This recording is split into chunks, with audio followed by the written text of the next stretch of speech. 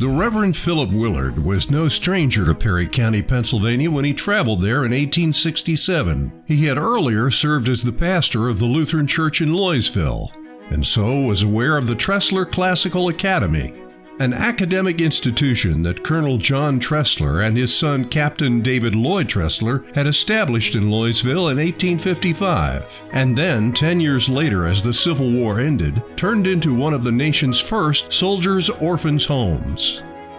Accompanied by his attorney, Daniel Epley of Harrisburg, Willard had one intention: to purchase the orphanage for the Lutheran Church. His mission was successful, and very early in 1868, the Perry County Court granted a charter for the Tressler Orphans' Home, a century and a half ago.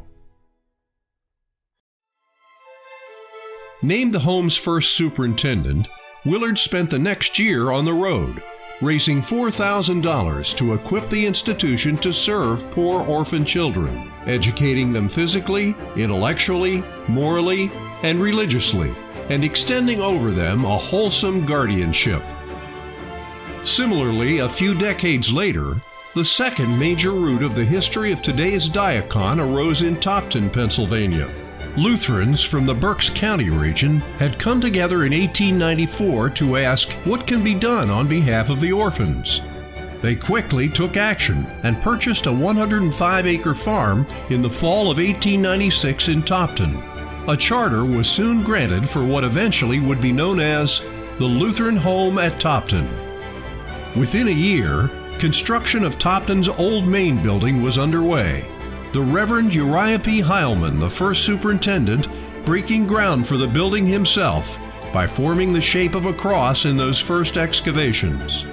During the next 70-plus years, both homes grew and flourished. The Tressler home served as many as 331 children in a single year. Known as Tresslertown, the home had its own banking system, fire department, and vocational training, becoming nationally known for the printing of church envelopes. Its boys' band was famous for touring Pennsylvania and surrounding states. The Topton home also grew, serving children from throughout eastern Pennsylvania, and becoming a focal point, its iconic old main building a symbol of service visible for miles. And its Putz train board, created largely by Mrs. Ida Henry, spouse of the superintendent J.O. Henry, a delight for children and neighbors, even to this day. In addition to its care for children, the Lutheran Home at Topton became an early provider for services to older adults, using funds raised in 1907 to open a building on campus in 1940 to house 10 aged guests. By the 1950s, both homes had recognized significant changes in society, with orphanages no longer the preferred setting for serving children, and had begun the process of launching community-based services. As group homes and foster care became more common in the 1960s, the Tressler Board made the difficult decision to close the home, selling its buildings and grounds. Topton chose to retain its campus, growing it into today's continuing care retirement community, as well as renovating Old Main to include appropriately the Helen Palmer Permanency Center for Diakon Adoption and Foster Care. Tressler and Topton, organizations that also carried on other ministries including Lutheran Social Services of Maryland, Lutheran Welfare Service of Northeastern Pennsylvania, and Lutheran Intermission Societies in Central and Eastern Pennsylvania. Tressler and Topton, organizations with similar histories and missions that, seeing the value of partnership, came together in 2000 to create Diakon.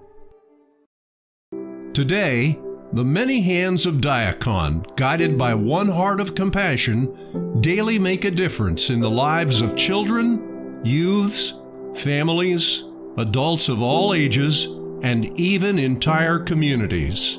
From wilderness-based services and daytime and weekend programs that help at-risk youths find the path to success in life, to adoption and foster care, offering children and youths the permanency they deserve. From senior living communities with multiple levels of accommodations and personal nursing and rehabilitative care, to family and individual counseling, community-based services, and so much more, Diakon truly makes a difference in the lives of our neighbors. It is doubtful such programs were ever on the minds of Philip Willard or Uriah Heilman, but it is not doubtful that the spirit these founders embodied, the spirit to serve others in response to God's love for us, would continue in whatever services were created to meet society's needs. Nor is it doubtful those leaders would be proud of what grew from the seeds they planted so long ago.